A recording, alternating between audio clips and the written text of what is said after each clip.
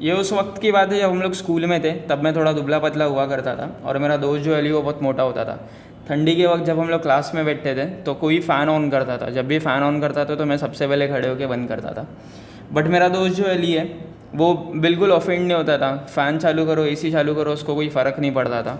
मैं स्वेटर पहन के भी काँपता था और वो बिना स्वेटर पहने हुए भी ऐसे रहता था। तो अगर आप देखोगे तो उसके और मेरी बॉडी के अंदर कुछ फ़र्क था। मैं एकदम दुबला पतला था कांडी की तरह और वो एकदम मोटा था चावल की बोरी की तरह।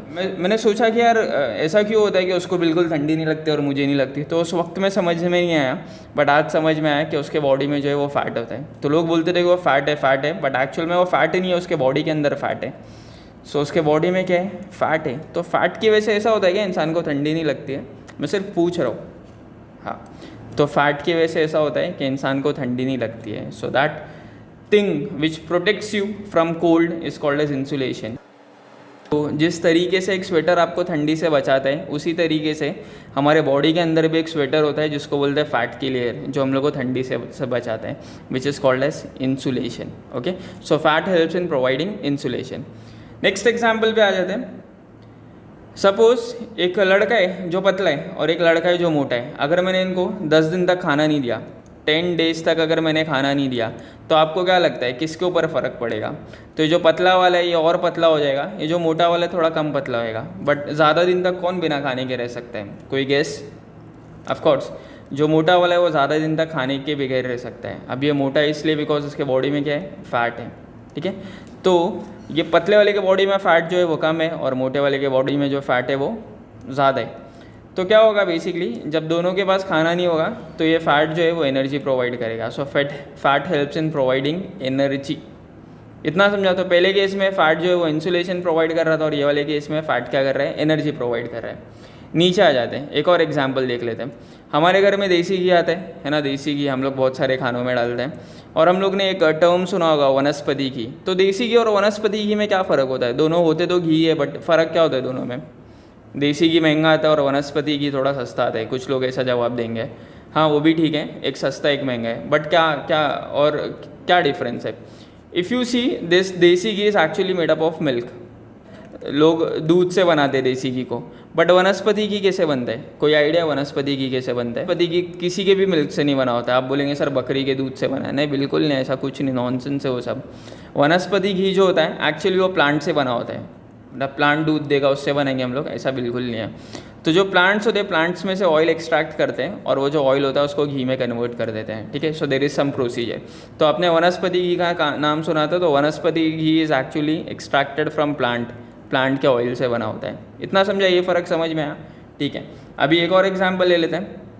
अच्छा, सबके घर में पैराशूट होएगा, सब लोग अपने सर में तेल डाल के मालिश करते होंगे, है ना? सो पैराशूट जो होता है बेसिकली वो कोकोनट ऑयल होता है। फॉर्चून रिफाइन ऑयल सबने सुना होगा, फॉर्चून रिफाइन ऑयल, खाना बनाते हैं हम लोग उससे, कुकिंग ऑयल बोलते हैं जिसको।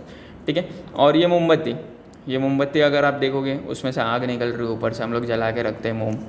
तो पैराशूट जो है वो ऑयल है, फॉर्चून जो है वो खाने का तेल है, और यहाँ पर वैक्स है। ये तीनों में कुछ फ़र्क है। ज़्यादा हम लोग बायोलॉजी या केमिस्ट्री में नहीं घुसेंगे इन डेप्थ, खाली एक चीज़ बता देता हूँ मैं। पैराशूट भी चिकना होता है, खाने का तेल भी चिकना होता है और मोम भी चिकना होता है। मतलब बेसिकली हम लोग बोल सकते हैं कि तीनों ऑयल्स होते हैं। ये जो स्टार्टिंग के दो है वो थोड़ा लिक्विड फॉर्म में होता है और जो वैक्स होता है वो सॉलिड फॉर्म में होता है। जब 3 डायग्राम्स बनाए हो, तो जो सबसे पहला डायग्राम मैंने बनाया हो दैट इज़ अ न्यूरॉन। ये क्या है?